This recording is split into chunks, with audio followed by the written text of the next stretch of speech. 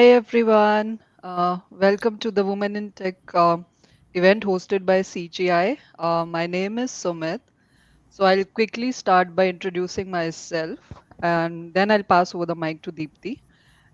So I work as a senior consultant in CGI. It's been almost more than 1 year, not almost, with CGI. This is like my first consulting foray. And so far it's been a tremendous and a great journey.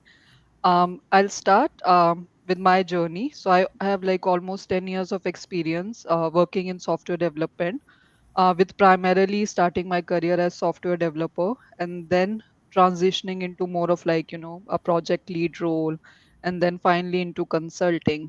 So I have worked on like mostly backend technologies with Java and SQL that have been like my primary programming languages and a bit of project management. So within Canada, I have worked across multiple banking and like financial institutions, covering like various domains, such as mortgage, insurance, and then core banking, like payment sector and everything. So with my journey into software development, I have learned a lot and I have experienced a lot of challenges as a woman. And but primarily, I've been like super happy with like where my career is, where am I going, and then dealing with all the things one day at a time. So this is a brief introduction about myself. So I'll just pass over the mic to Deepthi so she can introduce herself. Deepthi. Thank you, Sumit. Hi, everyone. Welcome to Men in Tech Career Lab. So I'm Deepthi here. I work as a solution architect in CGI. So it has been a pretty long journey for me at CGI. I joined CGI as a co-op and then moved further in the career. So I was with the testing initially for about 6 to 8 months, and then I moved up to development. So I started with my initial career of coding in VC++, Visual Basic, ASP.NET. So that was like back in 2008, 9, and 10. So during that period. And then I moved up in my career because technologies also got refreshed. So I moved up in my career later on by Angular, then React, then Vue. So they were some of my UI scripts that I handled, UI UX screens. And after that, I also worked backend by developing the APIs in .NET and then moved up to .NET Core. So I have been a full stack developer for almost 10 to 12 years. Then post that, I moved up in my career as a tech lead. And then from there, I moved as a delivery lead. And then now I'm a solution architect with the bank. So I've worked with both healthcare organizations and also with the banking sector. Mostly North America is where I'm restricted to, like wherever, I mean, whatever is the experience so far today is with North America until now. So through my journey, I moved from CGI. So I was in CGI India for almost um, 40 13 years, and then in Canada it's been around 3 years. So I joined CJ Canada in 2022. Then post that, I've been working with my clients who's into banking, and I also look through the delivery from end to end, starting from the infrastructure through design, through solutioning, then developing, then peer approvals, then moving to QA, and then testing, right? And up until the production. So, and towards my career path, I'm looking more focused on upscaling and moving or migrating the technologies to AI, like Gen AI and things like that. So I'm closely working with my leadership team to see how CGI can bring in AI for our clients. And Yeah, that's it on my technical journey. And personally, I'm married and I have 2 kids. So we are in Canada since 2022. And also, I enjoy singing and I'm also into Kathak dancing. So that's it about me. So, okay. Yeah, so Deepthi, I think I have to introduce Yeah, myself I again. saw There was that. some tech Yeah, issue. go Oh ahead. God, introduction again. Yeah, but yeah, thanks for the wonderful introduction, Deepthi.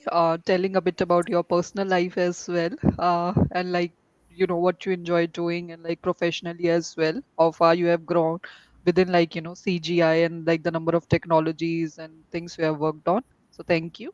Thank you Yeah, too. so yeah, so I'll just introduce myself again. Yeah, so it's been a year for me within CGI. So I started my career in software development almost 10 years back.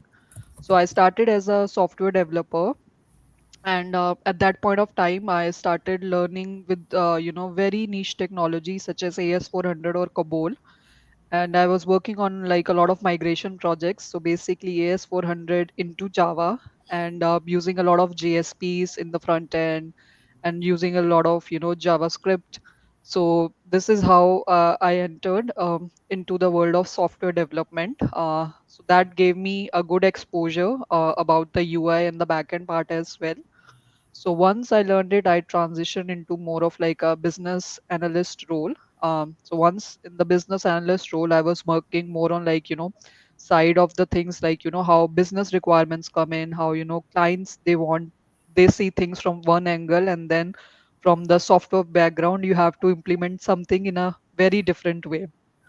So I learned that aspect during that period in my career. So after that, I transitioned into more of like a project lead role. So there, I was working both with like the front end and the back end part of the applications. So basically, dealing with like multiple stakeholders, how they come up like with their requirements, doing the basic requirement analysis, requirement gatherings for them, and then basically providing budgets and constraints in how much period we can achieve this, in how much task and effort it will take to deliver this piece of code of application. So by then, like, technology has also evolved, and I forayed into like more learning about Angular in the front end, and then more of like REST APIs, microservices, SOAP in the back end.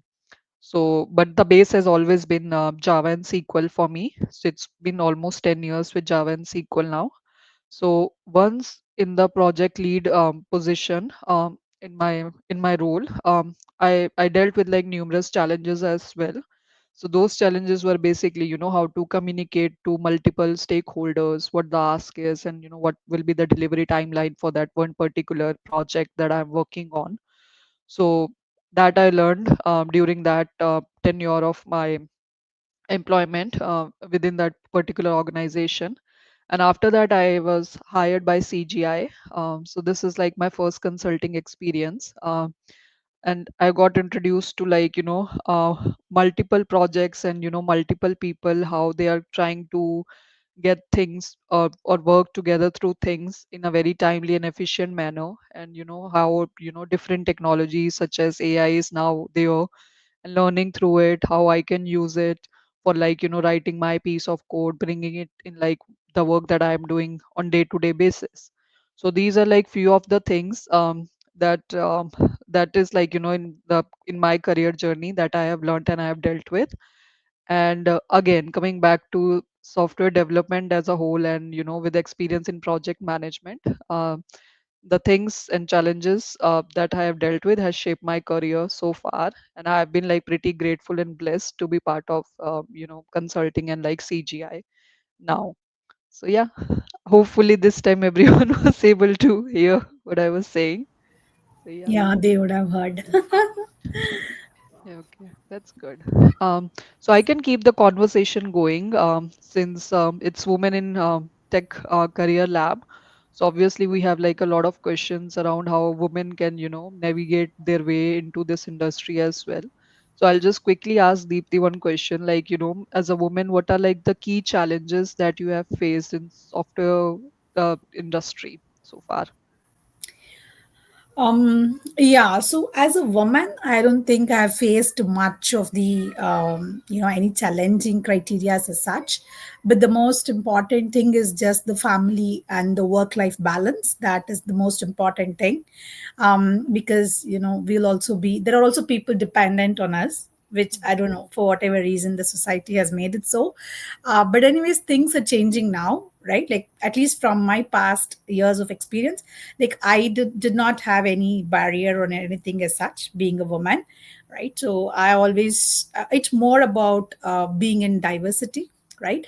So as a woman, I don't think I faced any challenges or to grow up in the ladder, because CGI is a good organization, and it's like, um, it's diversified, so which is good. So in such so but probably through my career, the most important thing for me is to ensure that I upskill myself, be known about all the technologies that is currently there in the market and which fits into my development domain. Like if I'm an Angular, I need to learn whichever is the latest. So I think Angular 19 is the latest. So I should be aware of what are my Angular skills that I need to upskill. Like if I have used Angular 8 in my code base, I need to let the team know that Angular 18 has come out. Hey, let's go ahead and upgrade our code base as well to Angular 18, right? So those kinds of upskill was most important for me in my career growth.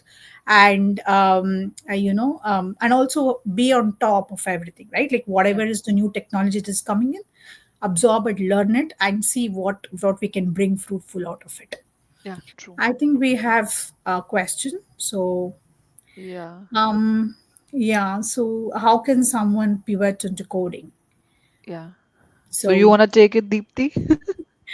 so I'm just Deepthi. thinking, so how Yeah. can someone pivot into coding? Uh, So I think, yeah, go ahead. If you're yeah. ready, you can go ahead.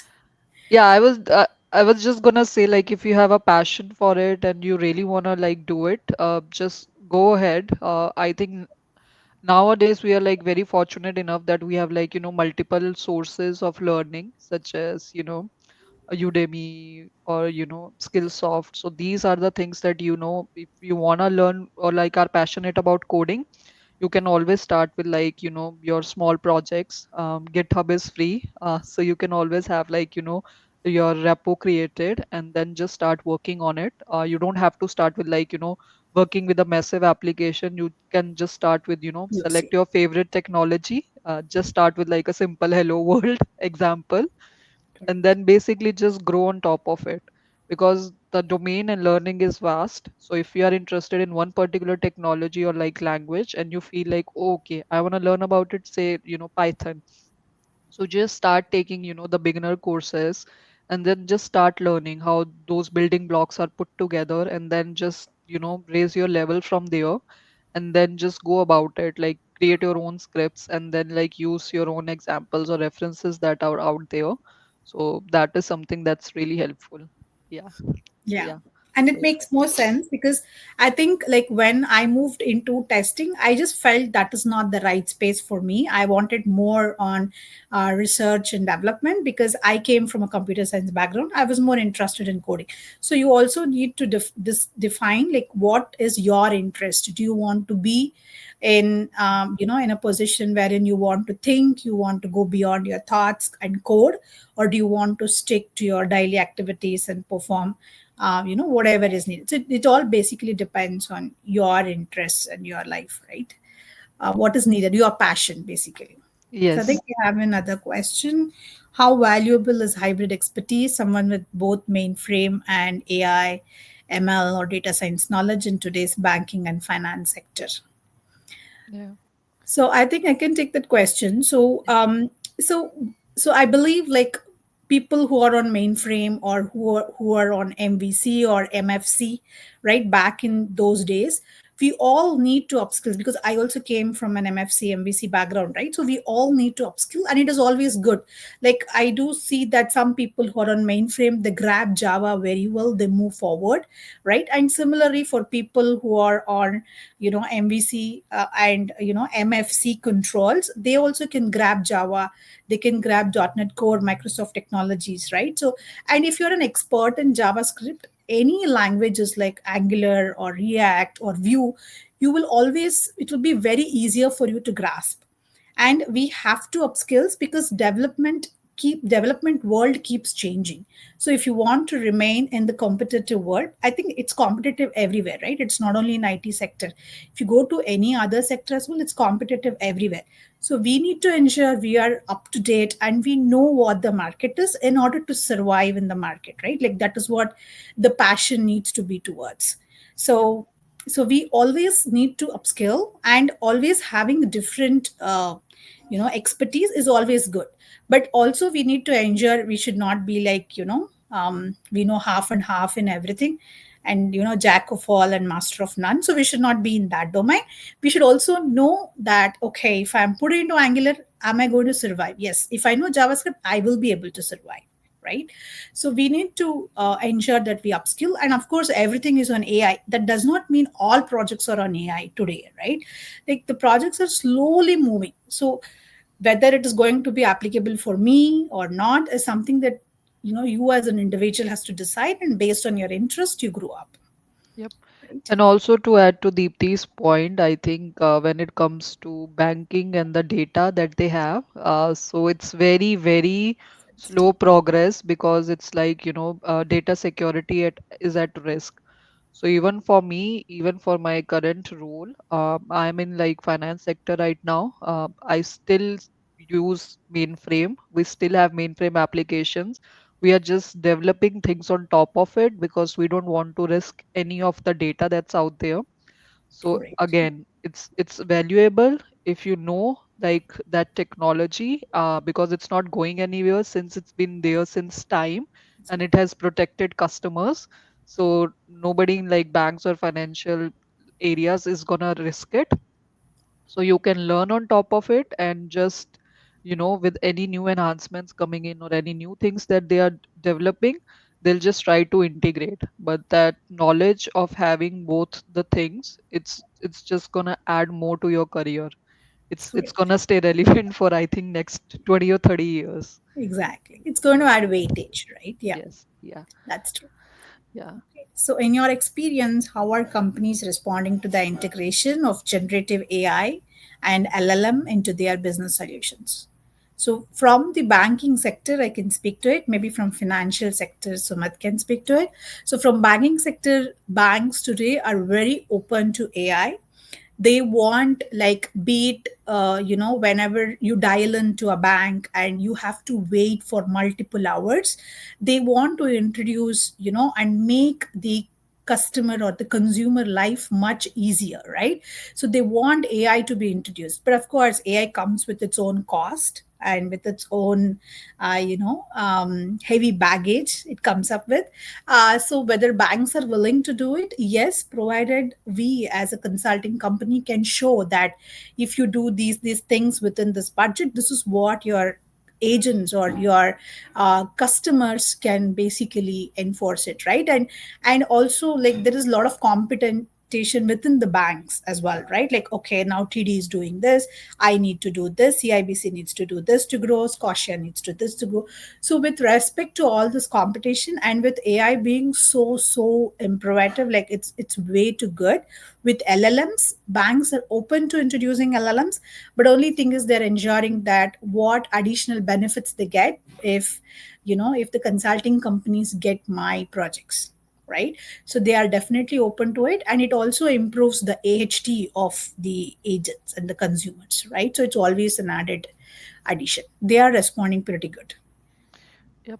And also, I think we missed one question here, Deepthi. Is So it? there was a question, yeah, given the market in the last couple of years and the fact that some companies look for very specific experience, how can candidates stand out to be selected? Okay. Yeah. So I think for this question, there's a lot of, I think, background or like homework then one needs to do. I think like always rely on your network. So if you are, on using sites such as LinkedIn, try and build your network so that at least more people know you. So then they know what you have done or what you are like, studying right now about. So even if like I have a network on LinkedIn, I'm just going to like a lot of events where I'm, meeting a lot of professionals. I'm just basically, it's me representing myself, what I know, what I have done in the past, and now what I'm trying to learn to stay relevant in the industry. So networking is like the key for this. And then again, like, always try and keep learning new technologies, because the way things are moving in the technology world, everyone wants to move forward, and everyone wants to, integrate the best possible solutions for like their projects. So just keep on learning. um, it's like another thing to stand out. And also just being out there, that's another thing. So even if you're working, and then you are just trying within like the same company, try and like see what other projects are there, what you can learn from it, or like at least go with someone, sit with someone, ask them what they are doing, or like virtually meet them over like coffee chats or in person, but at least engage yourself in learning more about what they are doing and how you can like basically help them, or like showcase yourself. So Yeah. that's very relevant. Yeah. Thank you, Sumit. So do you need, so next question is, do you need a degree to get into coding, or having a strong portfolio is more important? So of course the basic thing is yes, you need to have a degree for sure. So having a strong portfolio would mean that, so if you have good exposure and experience in coding, so coding is not that okay, I've coded for 10 years so I'm an expert. It doesn't work like that. It's more on how you focus on how you build your solution across your coding, right? Like what coding standards do you know? Like are you aware of all the norms, right? Like the pseudonyms, the design patterns, the coding patterns, are you aware of all these things, right? Like these things are going to be judged. And when you do a degree, right, in computer science or whichever relevant languages, like you will get to know what are the mnemonics that you need to use in your coding standards. And that is what like the banks will be looking at, right? Like we don't want to code something and then cause some 100 defects in there, right?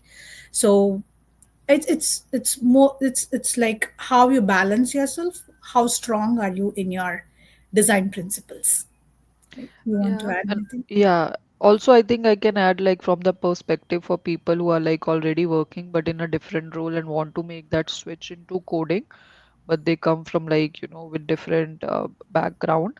So I think within like the same organization you always have those learning opportunities. Nobody's gonna stop you. So if you are out there, like if say for example you have a team where maybe you are working as a QE, but you see like 5 or 10 different developers developing a piece of code. So you can always go learn and ask them how they are doing it, and then basically start taking small steps towards learning coding.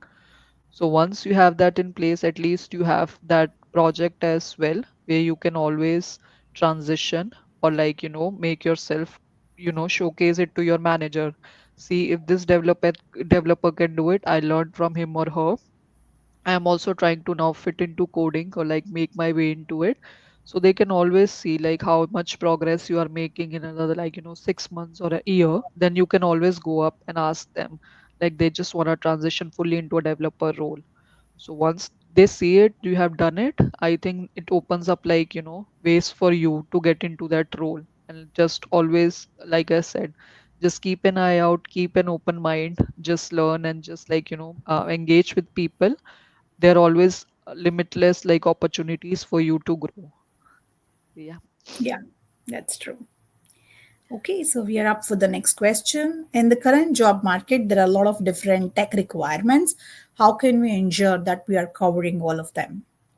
So I can add for it. So definitely yes, because I think everybody today in the market, they're coming up with you know different skill sets, right?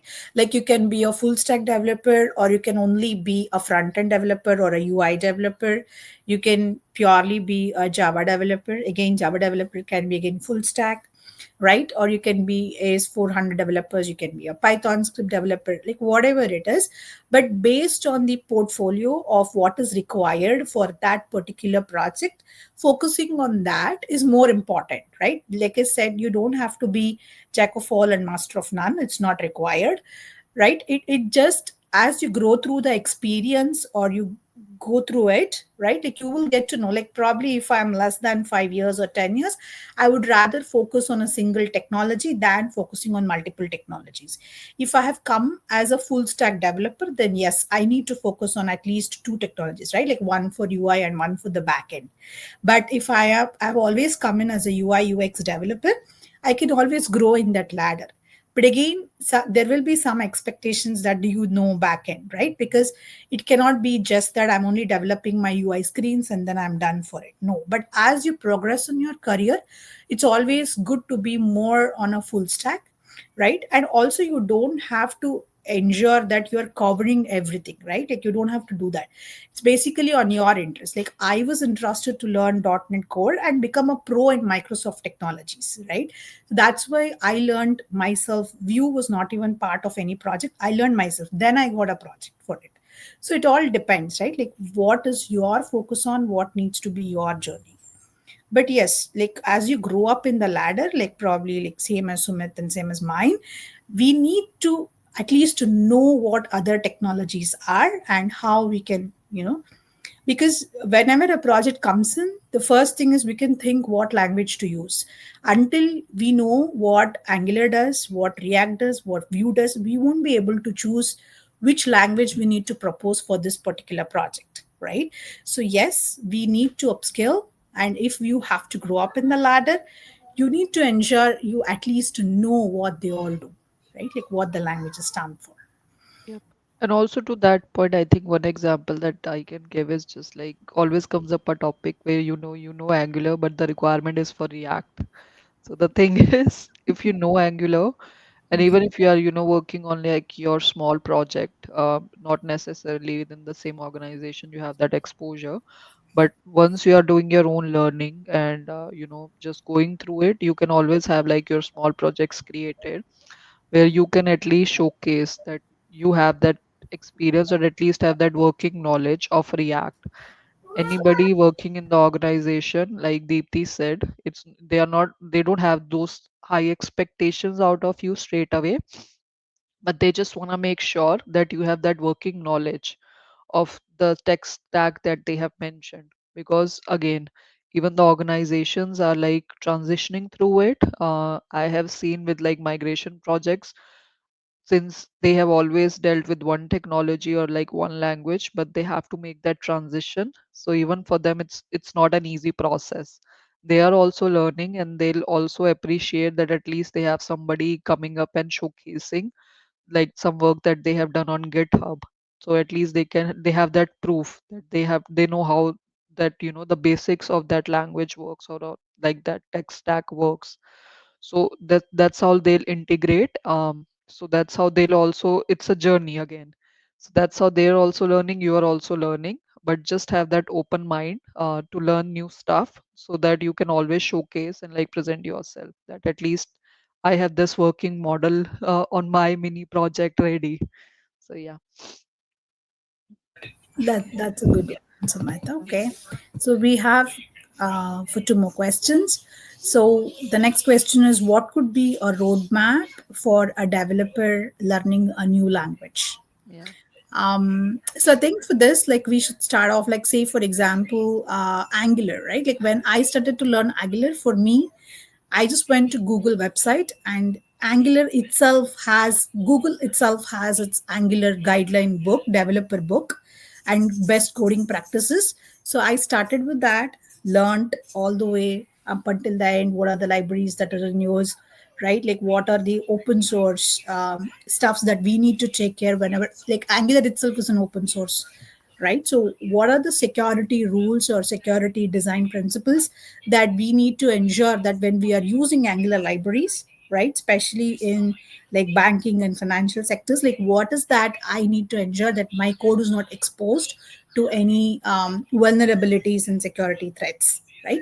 So for me, the good practice is whoever has introduced. I think Angular is an open source, React is an open source, so they have their own guidebooks, developer books itself individually. So one can actually go in and read, right? Any language, even Vue, which was being developed. So they also have their own Vue developer build book is there, in which we can actually go in and then learn things. Sorry. Yep. So thank you for your answer, Deepthi. uh, And now I think the next question is, apart from GitHub, are there any other platforms you would recommend to have a portfolio on? So I think have it like on Amazon as well. So they also have like the light code base repository that they provide. And even apart from GitHub, there's always like GitLab, Keybase, Bitbucket. So these are like industry known names. So if you have your portfolio on there, so people know that okay, this is something that that they can look like what you have worked on or like how you are working on in the future as well. So these are like the few known names that came into my mind, and have like it's a good thing to have like your portfolio on them as well. Yeah, Yep. and also we have Azure, right? That is done Yep. by Microsoft. So they also have good repo. So if you have a Microsoft account, you can also, start coding and using their platforms like Visual Studio and all the stuffs will come up. And you also have, old grade TFS and everything, which is anyways decommissioned. So you cannot use them. So yeah, I think they are also good platforms. I think nowadays every buddy who like Google, Microsoft, GitHub, right, like that, they have. Oh, everybody comes with your own repo and their development tools to explore the journey, right? So I think yeah, we are over time by a minute. So Yeah. it was nice meeting you, everybody. Yeah. Same For, here. And yeah, guys, please feel free to connect anytime on LinkedIn as well. We are always here, and like it's a good opportunity to always know people and how we can help them as well with their career paths. So just feel free to just add us. Yep. Thank you so much, guys. thank you, everyone.